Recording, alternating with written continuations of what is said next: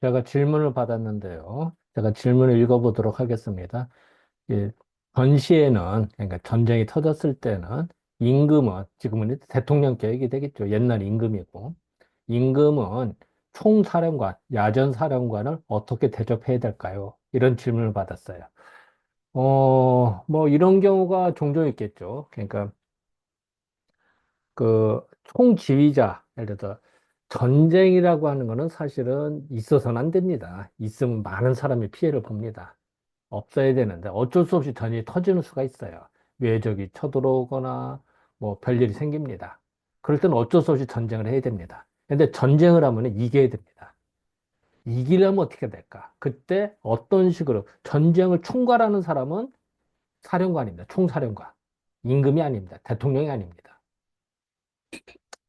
어, 그게 무슨 뜻이냐면 이렇게 보면 될 것 같아요. 예를 들어서 뭐 사령관이 있다. 그럼 이 사령관은 대통령, 뭐 지금 옛날에 왕이겠죠. 왕한테 명령을 받습니다. 평소에는 당연히 임금이 최고 위죠. 대통령이 제일 위듯이.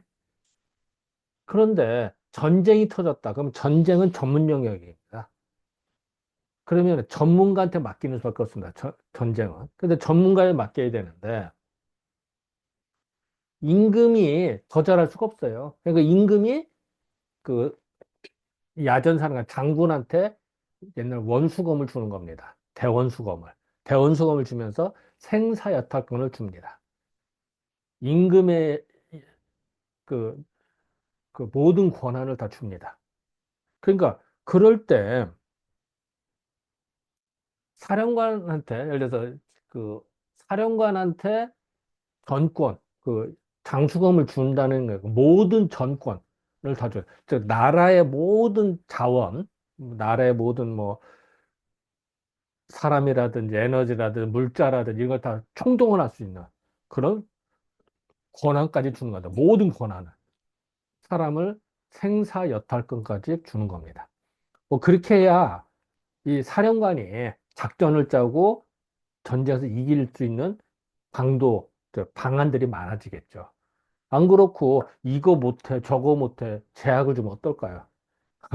사령관이 마음대로 작전을 짤 수가 없습니다. 전쟁을 수행을 할 수 없다. 그러면 뭐 지면 다 꽝이잖아요.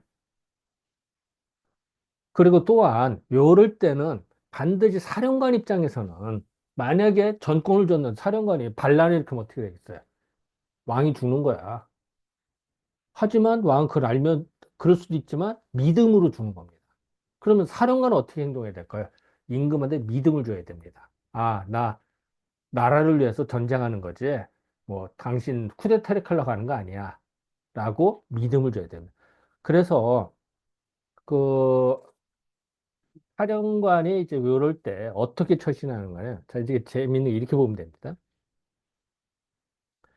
그 임금이 만약에 사령관한테, 그 장군한테 위임을 안 주잖아요. 그러면 부하들이 장군을 우습게 봅니다. 그렇다고 해서 장군이 너무 그 기고만장해서 뭐 임금이 나를 신임했으니까 막 목에다 힘주고서 멋대로 행동하고요. 그러면 임금이 불안해집니다. 자, 그러니까 임금으로서는 신하한테 장군한테 너무 신임을 줬다. 신임을 안 줘도 문제지고 너무 줘도 문제입니다. 근데 사실 전신이가 다 줘야 됩니다. 그래서 그럴 때 장군 입장에서는 임금이 나한테 다 맡겼으니까 그 임금이 불안하지 않도록 믿음을 줘야 됩니다. 이게 더 어려운 얘기죠. 그리고 또한 이 사령관 입장에서, 예를 들어서 장군 입장에서는 군대의 규율을 엄격히 해야 됩니다. 규율이 무너지면 다 무너지는 거거든요. 그러니까 아니, 사령관으로서는 그 중도를 잘 지켜야 된다. 그리고 임금으로서는요, 사령관한테 옛날에 어떤 식으로 이제 신임을 하냐면요, 원수금도 줍니다만 아침도 밥 같이 먹고 점심도 같이 먹고 하루에 3번씩 만나서 신임을 해줍니다.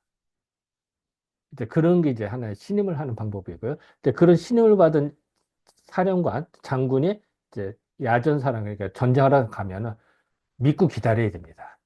모든 권한을 줬으니까. 괜찮, 그렇게 하니까 어렵죠. 자, 다시 정리를 해볼게요. 임금으로서는 당연히 장군한테 모든 권한을 줘야 됩니다. 신뢰를 해야 됩니다. 그리고 장군은 내가 딴 맘이 없다는 걸 보여줘야 됩니다. 그래야 신임이 더 오거든요. 그리고 이제 그런 것들이 필요한 거다. 그래서 전쟁이나 특수 상황이죠. 어떻게 보면 당연한 얘기 같지만 사실 전쟁이라는 얘기를 했지만 사실은 예를 들어서 회사로 말하면 회사 위기가 왔다. 그러면은 어떻게 대처할 것이냐. 그러면은 전문 경영을 영입을 하거나 전문가를 초청을 해서 그 말을 다 믿고 따라야 됩니다. 권한을 줘야 됩니다. 근데 굴러온 돌이 박힌 돌 빼낸다고 해서 괜히 텃세 부리거나 틱틱거리거나 하면 어떻게 될까요? 새로운 전문가가 마음대로 자기 역량을 발휘하지 못해요. 그러면은 회사가 살아나기가 어려워집니다. 네, 그런 거랑 같아요. 회사 분위기에서 모든 조직이 마찬가지죠. 그래서 어쨌든 그 전시에는 임금이 장군을 어떻게 대할 것이냐에 따라서 나라의 흥망이 좌우된다. 우리 영화 보면 많이 보이죠. 그러니까 그런 거랑 같은 얘기다. 이렇게 생각하시면 편할 것 같습니다. 네, 감사합니다.